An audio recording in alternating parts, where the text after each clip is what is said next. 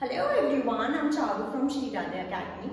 तो हम लोगों ने हर क्लास का बेसिकली कुछ ना कुछ क्वेश्चन कर लिया है एक्सेप्ट 8th। ठीक है, 8th क्लास के बच्चों का अभी तक हम लोगों ने कुछ भी नहीं बताया है। तो आज मैं 8th क्लास की बात करना चाहूंगी। मुझे कुछ स्टूडेंट्स ने बोला है कि आप फैक्टराइजेशन प्लीज करा दीजिए। तो फैक्टराइजेशन का भी मैंने ऐसा टॉपिक उठाया है जो आपका 8th में भी काम आएगा और 9th में भी और 10th में भी।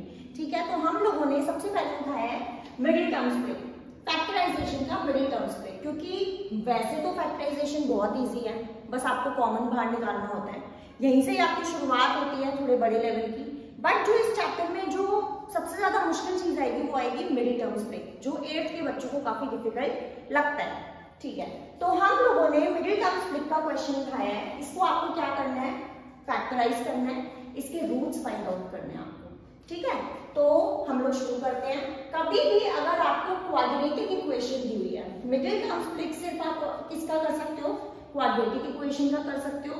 आगे जब आप बड़ी क्लासेस में आएंगे तब आप देखेंगे कि आप इसको क्वाड्रेटिक इक्वेशन के रूट्स जो है ना सिर्फ मिडिल टर्म से, आप एक फॉर्मूला भी होता है उससे भी कर सकते हो, but you will get to know that in class 10th। अभी हम लोग सिर्फ उतना ही करेंगे जितना हमारे क्लास में है। तो मिडिल टर्म स्प्लिट से हम लोग इसको करेंगे क्योंकि ये क्वाड्रेटिक इक्वेशन है, आप देख सकते हैं x² then x then constant number, so it is a quadratic equation. ठीक है, अब इसको हमें क्या करना है, देखो कभी भी इसका मिडिल टर्म स्प्लिट करेंगे तो फर्स्ट और लास्ट डिजिट को आप क्या करोगे, मल्टीप्लाई। ठीक है, 2 6 12 और x² है और साइन किसका है, माइनस का, तो क्या हो गया -12 x², यही हो गया। अच्छा, अब आप ध्यान दो, मुझे ऐसे दो नंबर चाहिए जिनको मल्टीप्लाई करके -12 आना चाहिए और प्लस माइनस करके मेरा क्या आना चाहिए, -x आना चाहिए, यानी कि -1 आना चाहिए। ठीक है, दिमाग लगाओ, 12 मैं कैसे कैसे ला सकते हो। एक तो मेरा हो सकता है 2 6 12, है ना।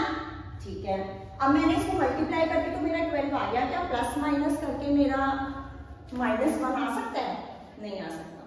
ठीक है, तो मुझे दूसरा नंबर देखना पड़ेगा। और क्या क्या होता है 12, देखो 3 4 12, 3 4 12 अब आ सकता है, क्योंकि मल्टीप्लाई करके तो मेरा क्या आ गया, 12 आ गया, और प्लस माइनस करके अगर मैं इसको माइनस कर दूंगी तो मेरा क्या आ जाएगा, 4 में से 3 गया 1।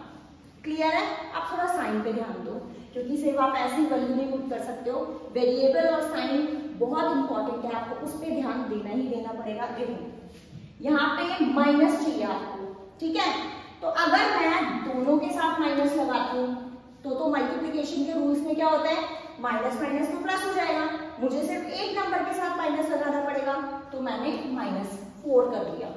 अब बच्चे कंफ्यूज हैं, -4 के साथ ही क्यों लगाया, 3 के साथ क्यों नहीं लगाया, क्योंकि इसको अगर आप इसको हटा के इधर लगा देते, चलो यहां से हटा के मैंने इस पे लगा दिया और ये हटा दिया।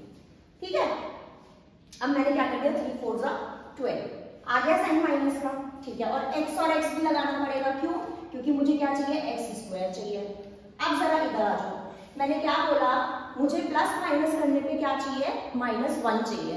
ठीक है, एडिशन के रूल्स पे जाओ फटाफट, इंटीजर्स जो 6th में 7th में हम लोगों ने समझाए थे, तो वो क्या थे, अगर हमारा माइनस प्लस होगा तो माइनस तो होगा, लेकिन आपका जो साइन आएगा वो किसका आता है, बिग नंबर का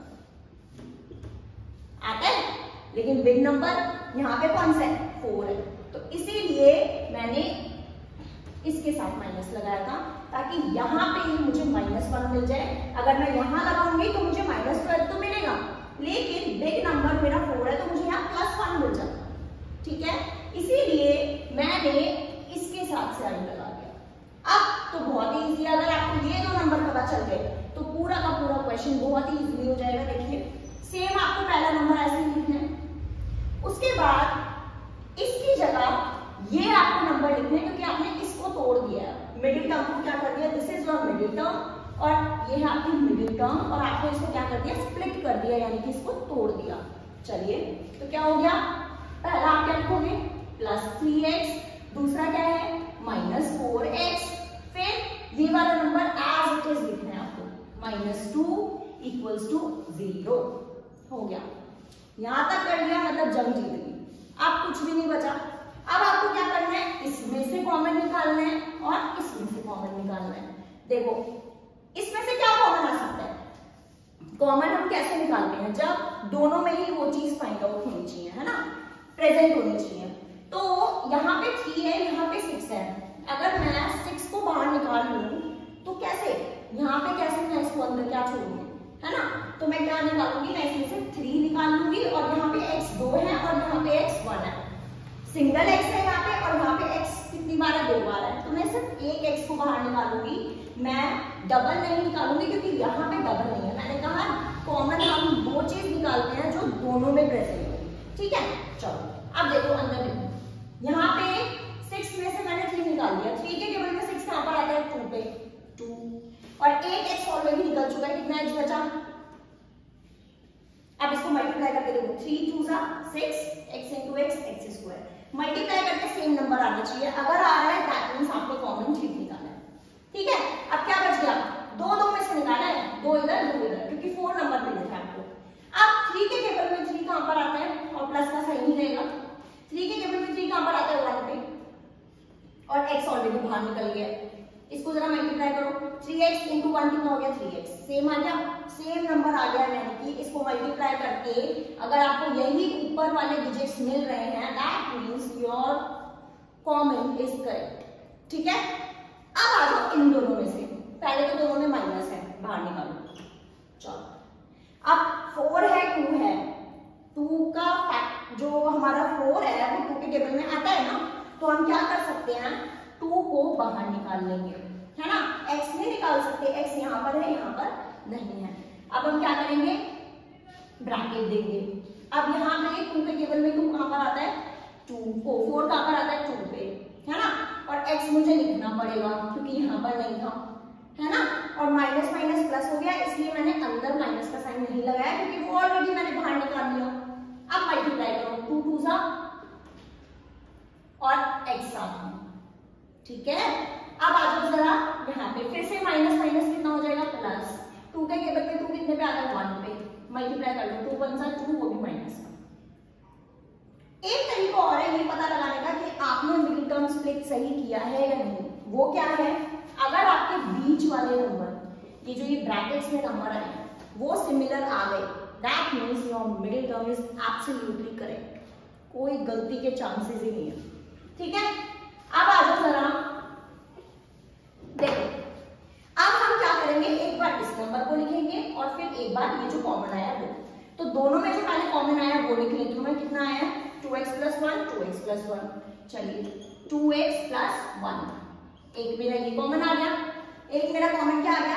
3x, और एक ये -2 बीच वाला, एक आ गया मेरा 3x - 2, देख लीजिए, ठीक है। और इक्वल्स टू 0 चलता रहेगा, ठीक है। चलिए अब इसका मतलब है क्योंकि क्वाड्रेटिक इक्वेशन है इक्वल्स टू 0 हमें लगाना कंपलसरी है। अब हम इसको अलग अलग लिखेंगे। देखिए 2x + 1 = 0, 3x - 2 = 0, ठीक है। अब देखो 2x ये यहाँ पे +1 है, इक्वल्स टू के उधर जाएगा, क्या हो जाएगा? -1। यहाँ पे 3x यहाँ पे -2 है, इक्वल्स टू के उधर जाएगा, क्या हो जाएगा? +2। तो x की वैल्यू क्या मिल गई? -1/2। और यहाँ पे x की वैल्यू क्या मिल गई? देखो x = 2/3।